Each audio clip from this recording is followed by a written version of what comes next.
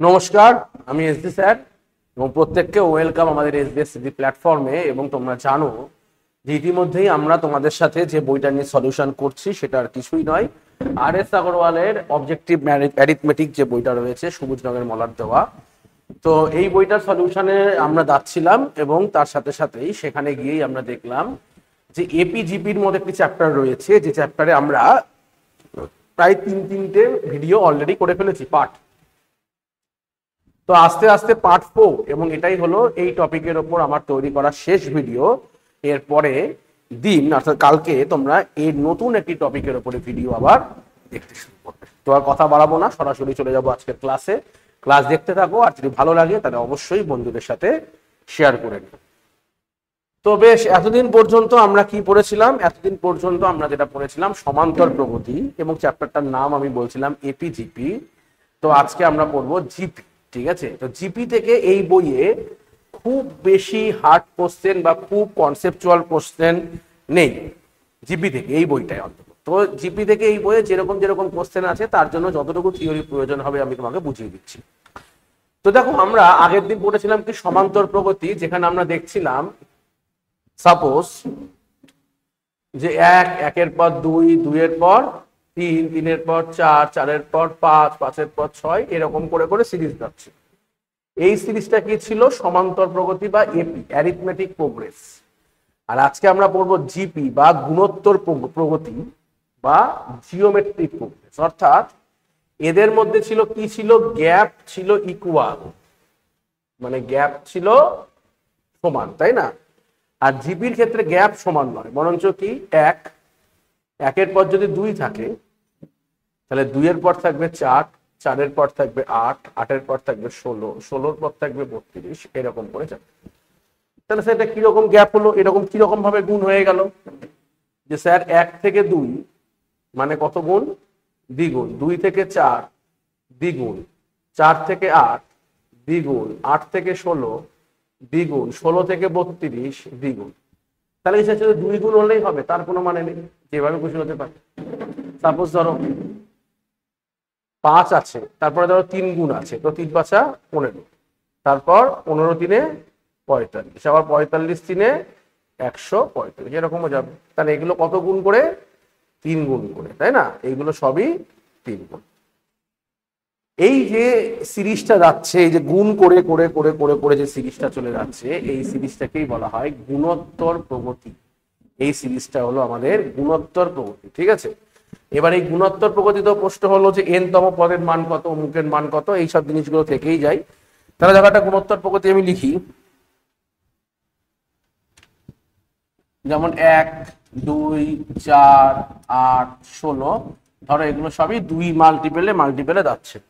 ঠিক আছে, তাহলে এই যে মাল্টিপেল,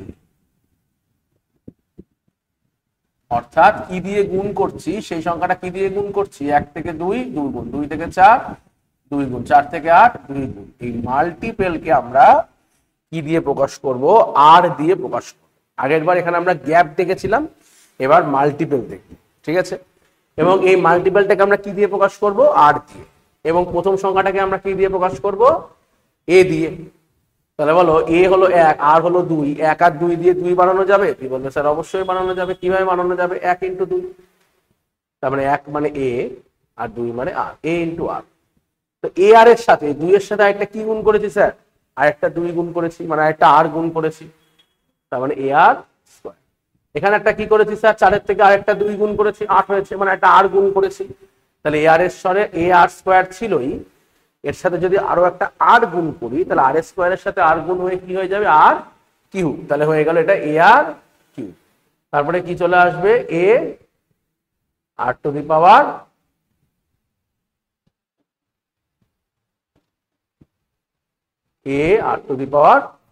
তাই তো? এইভাবে যাবে। তাহলে দেখো স্যার, প্রথম পদে আর নেই, একটাই এ। সেকেন্ড পদ কটা আর? একটা আর। থার্ড পদ কটা আর? দুটো আর। মানে যততম পদ একটা করে কমে যাচ্ছে। দেখো 1 2 3 4, 4 নম্বর পদ কটা আর? 3টে আর। তারপরে ধরো এখানে যাবে 16, 5 নম্বর পদ, 1 2 3 4 5, তাহলে আর কটা আছে? 4টে। অর্থাৎ একটা করে আর কমে যাচ্ছে। তাহলে n তম পদের ফর্মুলা আমাদের কি দাঁড়ালো? a into r to the power n minus 1। তোমাকে যদি বলে 11 তম পদের ফর্মুলা কি হবে, তাহলে a r to the power 10। 15 তম পদের ফর্মুলা কি হবে? a r to the power 14। 18 তম পদের কি হবে? a into r to the power 17। এরকম করে করে যাচ্ছে। তাহলে যততম পদ বলছে তার থেকে একটা কম আর যাচ্ছে। তাহলে প্রশ্ন যদি হয় n তম পদের, তাহলে a into r to the power n minus 1। যদি n তম পদ হয় তার উপরে হলো n মাইনাস 1। ঠিক আছে, এই হলো 8 তম পদ। আচ্ছা, আর যদি বলে এদের সাম বার করো, সাম যোগফল, পরীক্ষায় দুটোই প্রশ্ন দেবে, এক হলো অততম পদ বার করতে দেবে, অথবা দেবে সাম যোগফল। ঠিক আছে, যোগ করলে কি হবে স্যার? যোগ করলে ফর্মুলাটা হলো a ইন্টু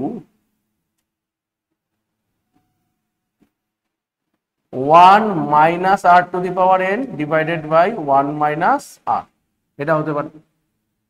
অথবা a into r to the power n minus 1 by r minus 1।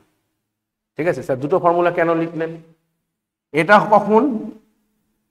when r less than 1, যখন r এর মান 1 অপেক্ষা ছোট।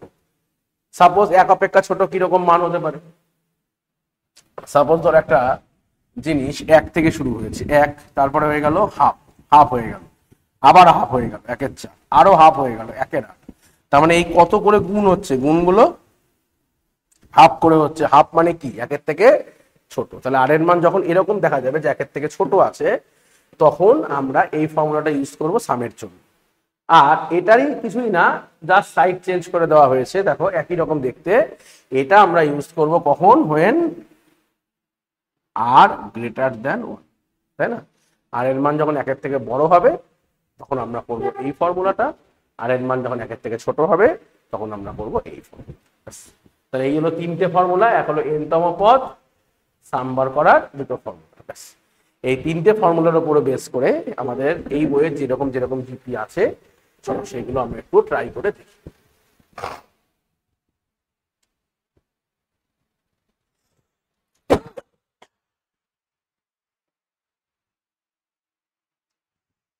আচ্ছা দেখো, তো আগের দিন আমরা 15 পর্যন্ত করেছি, আজকে আমরা 16 থেকে করব। কি বলছে দেখো, 2, 6, 18 ডট ডট গুণোত্তর প্রগতির 8তম রাশিটি কত? মানে 2, 2 এর পর 6, 6 এর পর 18, এরকম করে যাচ্ছে। 2, 2 এর পরে গেল 6, 6 এর পর গেল কি 18, এরকম করে বলছে 8তম রাশি। তাহলে অমুকতম রাশি, n-তম রাশি, কি ফর্মুলা একটু আগে পড়লাম? কি ফর্মুলা পড়লাম? a into r to the power n minus 1, তাই না? তাহলে এখানে কত sir? 2, 2 into r to the power, আর কত? 2 থেকে 6 3 গুণ, 6 থেকে 18 কত গুণ? 3 গুণ। এই কত করে গুণ হচ্ছে এটাই হলো 8, তাহলে 3। r to the power n minus 1, n মানে কত স্যার? 8, তাহলে 8 মাইনাস 1 করলে কত হয়? 7। তার মানে 2 ইন্টু 3 টু দি পাওয়ার 7, তাই তো? 3 টু দি পাওয়ার 7 মানে কত স্যার? 3 টু দি পাওয়ার 4 মানে কত? 3 টু দি পাওয়ার 4 মানে 81। আচ্ছা, এটাকে এইভাবে লিখছি, একবারে 3 টু দি পাওয়ার 7 তো একবার করা যাবে না। 3 two the power 4 into 3 cube, ঠিক আছে? 7কে এইভাবে ভেঙে নিলাম। তা 3 টু দি পাওয়ার 4 মানে 81, আর 3 কিউব মানে 27। তো এদের গুণ, গুণ করলে কত হচ্ছে দেখো? 7 একে 7, 7 8 56, আর 2 একে 2, 8 দুগুণী 16।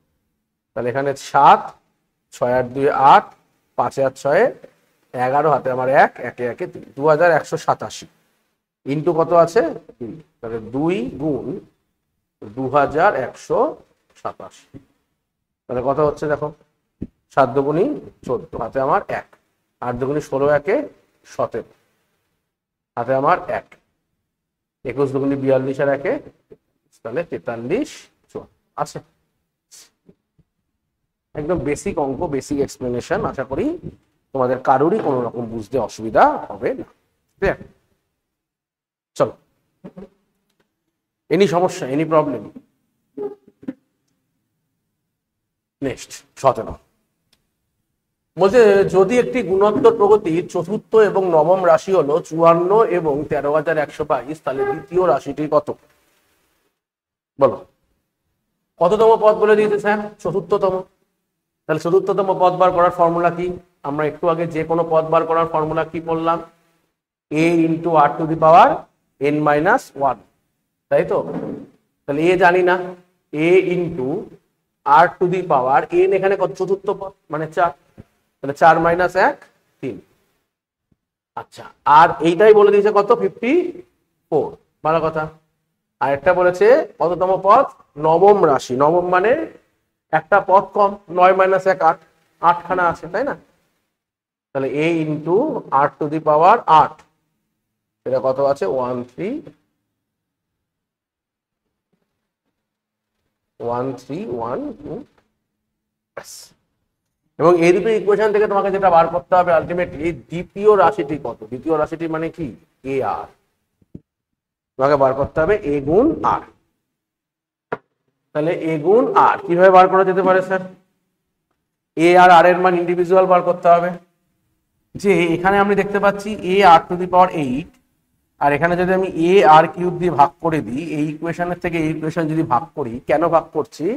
যে কমন পয়েন্টটাকে উড়িয়ে দিতে হবে, এটাকে উড়িয়ে দিতে হবে, তাহলে এ উড়ে গেল। আচ্ছা, এখানে কত আছে? 1 3 1 2 2, আর এখানে আছে 4, তাহলে এ উড়ে গেল। বলো 8খানা আর, এখানে আছে 3খানা আর, 3খানা আর 8খানা আর এর মধ্যে কেটে গিয়ে কটা আর পড়ে থাকলো? 5টা, তাই তো? 3টে আর 8টা আর এর মধ্যে কেটে গিয়ে 5টা আর। আচ্ছা, এখানে কাটছে কি দিয়ে?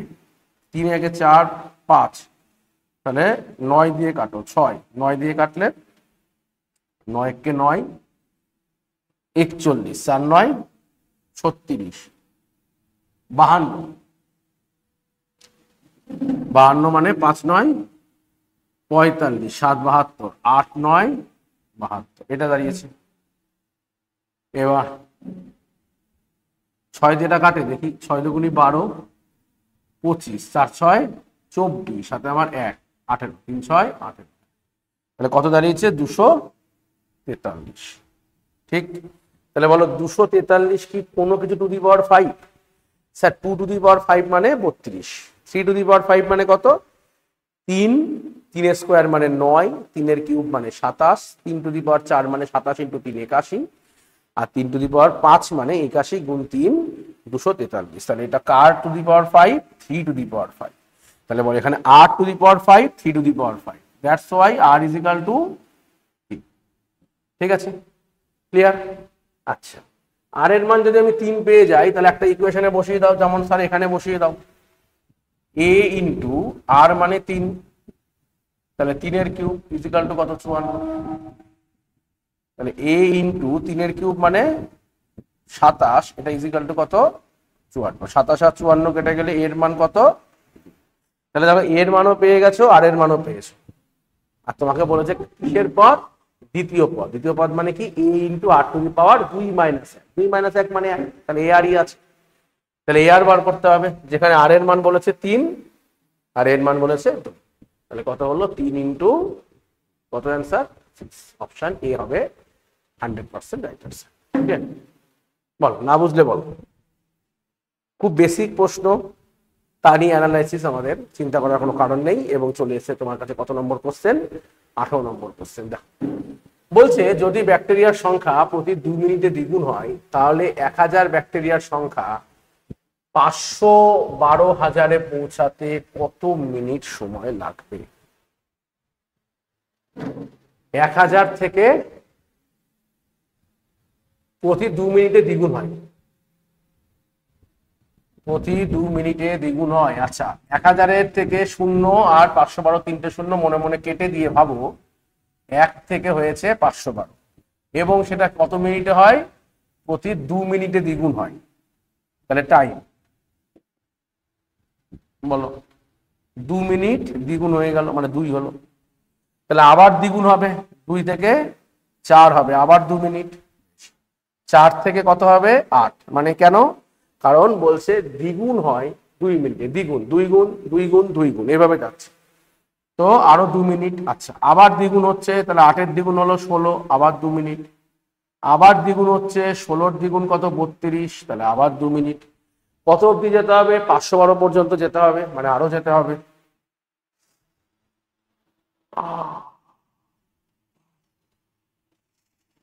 আচ্ছা 32কে দ্বিগুণ করলে কত আসছে? 64 হচ্ছে, আরো 2 মিনিট। 64কে দ্বিগুণ করলে কত আসছে? 128, আরো 2 মিনিট। 128কে দ্বিগুণ করলে কত আসছে? 256, আরো 2 মিনিট। এবং 256কে দ্বিগুণ করলে আসছে কত? 512, তাহলে আরো 2 মিনিট। তাই তো, শূন্যগুলো কেটে দিয়েছি, 3টে শূন্য 3টে শূন্য। তাহলে 512তে পৌঁছাতে গেলে কতগুলো 2 মিনিট লাগলো? দেখো 1 2 4 6 8 10 12 14 16 আর 2 18 মিনিট। তাহলে রাইট অ্যান্সার কি হবে? Option D 18। তাহলে 18 মিনিটে গিয়ে এই ঘটনা 1 থেকে 512 হবে, বা 1000 থেকে 512,000 হবে।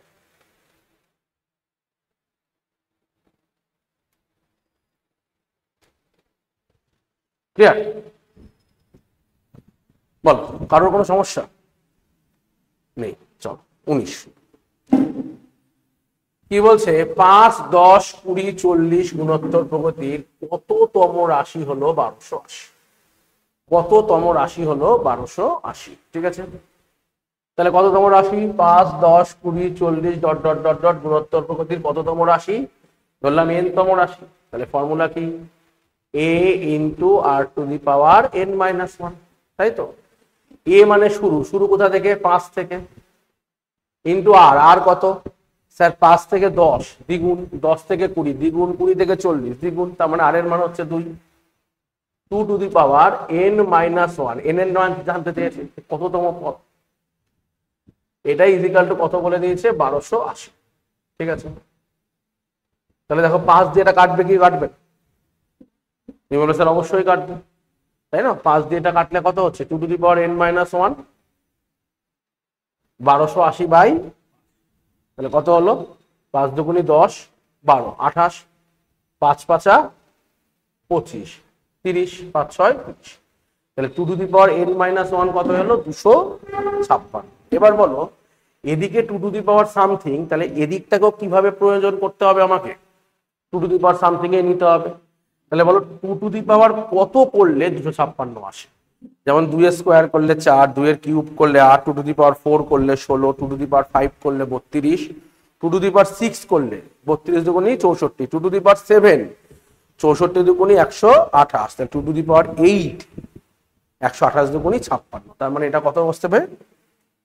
2 to the power 8। R basic ধারণা কি বলছে স্যার? এখানেও 2 এখানেও 2, তাহলে বেস গুলো 1, তাহলে পাওয়ার গুলো সমান। তাহলে পাওয়ারে আছে n মাইনাস 1, এখানে পাওয়ারে আছে 8, তাহলে মাইনাস 1টা এদিকে গেলে কি হয়ে যাচ্ছে? প্লাস 1 হয়ে যাচ্ছে। তাহলে 8 এর সাথে 1 যোগ করলে কি হয়ে যাচ্ছে? ক্লিয়ার? তাহলে কততম রাশি? অ্যান্সার হবে অপশন বি 9তম রাশি। ক্লিয়ার? তাহলে 9তম রাশির মান হচ্ছে এই মান। কি গোপাল, তো কঠিন? চলো আজকের শেষ কোশ্চেন, একটা যোগফল আছে। ঠিক আছে, বলছে 1 plus half plus 1/4 plus 1/8 plus 1/16 plus dot dot dot dot dot dot যাচ্ছে। তো এই যোগফলটা কত হবে? এর সামটা কত হবে? যোগফলটা কত হবে? তো দেখো সাম বার করার কি ফর্মুলা আমরা জানি? a ইন্টু, একবার মনে করিয়ে দিই, r to the power n minus 1 by r minus 1, অথবা a into 1 minus r to the power n by 1 minus r. এটা আমি বলেছিলাম আর এর মান যখন 1 এর থেকে বড় হবে, আর এটা আমি বলেছিলাম আর এর মান যখন 1 এর থেকে বড় হবে। মানে প্রথমেরটা হলো 1 এর থেকে ছোট হলে এটা, আর এটা হলো 1 এর থেকে বড় হলে এটা। ঠিক আছে, তাহলে দেখো এখানে কোনটা আছে? যোগফল। তাহলে 1 এর পর হাফ 1, তারপর হাফ, তারপর 1/4, তারপর 1/8, তার মানে আর এর মানটা কত? 1 এর থেকে হাফ, হাফ হয়ে গেল, হাফেরও হাফ 1/4, তারও হাফ 1/8, তাহলে আর এর মান হলো হাফ। হাফ মানে কি? Less than 1। তাহলে লেস দেন 1 যদি হয়, তাই না, আর এর মান যদি লেস দেন 1 হয়, তাহলে আমরা কোন ফর্মুলাটা ইউজ করব? এই ফর্মুলাটা ইউজ করব, তাই তো? তাহলে a ইন্টু, a মানে স্টার্টিং পয়েন্ট, স্টার্টিং পয়েন্ট কোথা থেকে? 1 থেকে, তাহলে 1 into 1 minus r to the power n। R মানে কত? আর মানে হচ্ছে হাফ, তাই তো? তাহলে half to the power n minus 1 minus, এই তো প্রশ্ন আছে, তাই তো?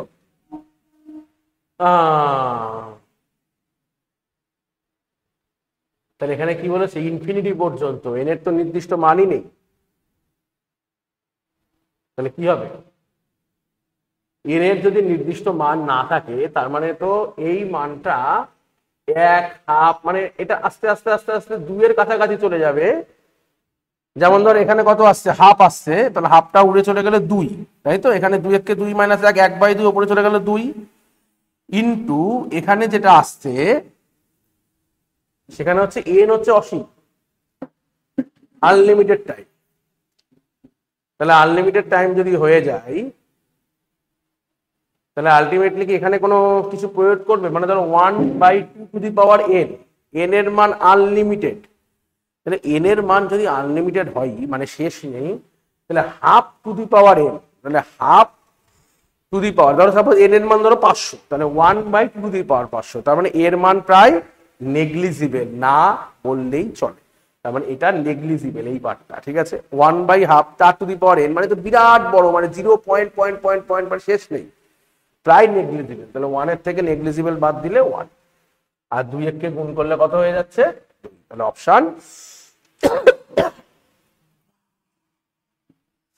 অপশন এ হবে একদমই 100% রাইট অ্যান্সার এই প্রশ্ন। ক্লিয়ার? তাহলে আশা করি তোমরা সবাই বুঝতে পেরেছো, আর তোমাদের কোনো প্রশ্ন নেই, তোমাদের কোনো জিজ্ঞাসা নেই। আর যদি তোমরা বুঝতে পারো তাহলে ক্লাসটা অবশ্যই বন্ধুদের সাথে শেয়ার করো, পাড়া প্রতিবেশীদের সাথে শেয়ার করো, যাতে প্রত্যেকে বুঝতে পারে যে SGSSC নিয়ে চলে এসেছে RS আগরওয়ালের সলিউশন। আর যদি তোমার ক্লাসটা ভালো লেগে থাকে তাহলে অবশ্যই সাবস্ক্রাইব করবে চ্যানেলটি। আর যদি মনে হয় একদম বেস লেভেল থেকে তোমরা পড়াশোনা করবে তাহলে SGSSC তোমার জন্য foundation math, foundation English science, foundation general intelligence এবং ফাউন্ডেশন জেনারেল স্টাডিজের বই নিয়ে এসছে, তোমরা এইগুলো থেকেও পড়াশোনা করতে পারো। বেশ, তাহলে দেখা হবে আগামী দিন আগামী কোনো ভিডিও বার্তায়। টিল দেন টাটা, প্রত্যেকে ভালো থেকো এবং অবশ্যই শেয়ার করে দিও। নমস্কার।